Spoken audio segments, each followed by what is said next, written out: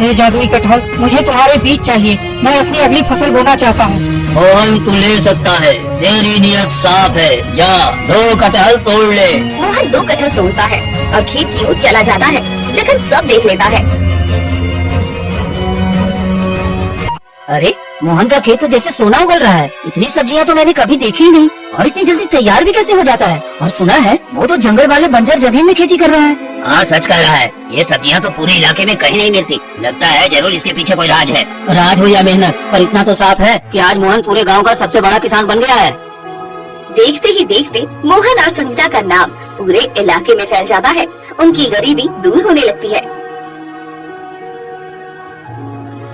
अरे ये कैसे हो सकता है? जो मोहन कल तक झोपड़ी में भूखा मर रहा था, वो आज ढेर सारी सब्जियां बेच रहा है। जरूर कोई राज है और मुझे तो वो जानना ही होगा। अरे हाँ, मैंने भी देखा है। उनके खेत में तरह तरह की सब्जियां लगी है। बिना पानी बिना खाद ये सब कैसे संभव है? हमें उनकी झोपड़ी के आसपास नजर रखनी चाहिए। सही कहा, आज रात ही चलेंगे, देखेंगे आखिर ये चमत्कार होता कैसे है। फिर लखन और महिमा पेड़ की आड़ में छिप कर देखते हैं। देखो जी, मोहन अपनी पत्नी से कुछ कह रहा है और कटहल के पेड़ की ओर जा रहा है। अरे चुप रहो, देखते जाओ, यही तो मौका है।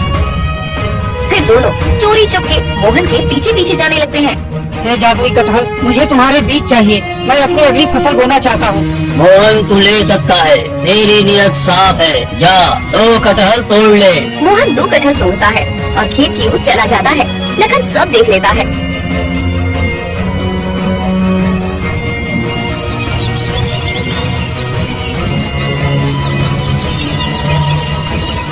फिर मोहन वो कटहल लेकर आता है और अपने खेत में कटहल का बीज बो देता है।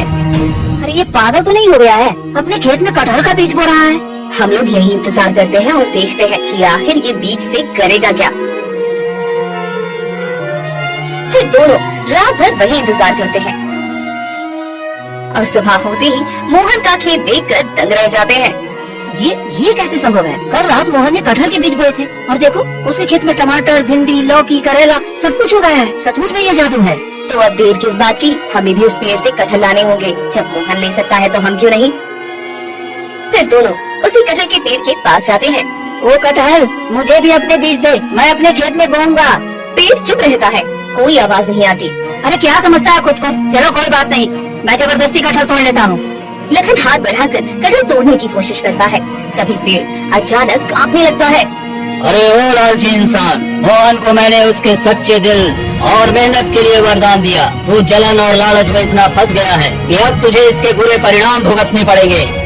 तभी पेड़ से आग निकलता है और उसमें से तेज धुआं और जहरीले बदबू आने लगते हैं और लखन और महिमा चीखते हैं और भागने लगते हैं। उनके शरीर पर जलन और घाव हो जाते हैं। हमने लालच किया और यही हमारी सजा है। वो पेड़ सबको वरदान नहीं देता, सिर्फ नेक दिल इंसान को ही देता है। काश मैं मोहन की तरह मेहनत किया होता तो आज ये दिन देखना न पड़ता। मेरे लालच ने मुझे मार दिया।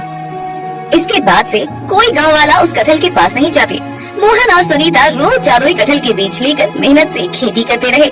धीरे धीरे वे गांव के जरूरतमंदों की मदद करने लगे और सबका पेट भरने लगे। उनकी सच्चाई और भलाई से उनकी जिंदगी खुशियों और सम्मान से भर गई।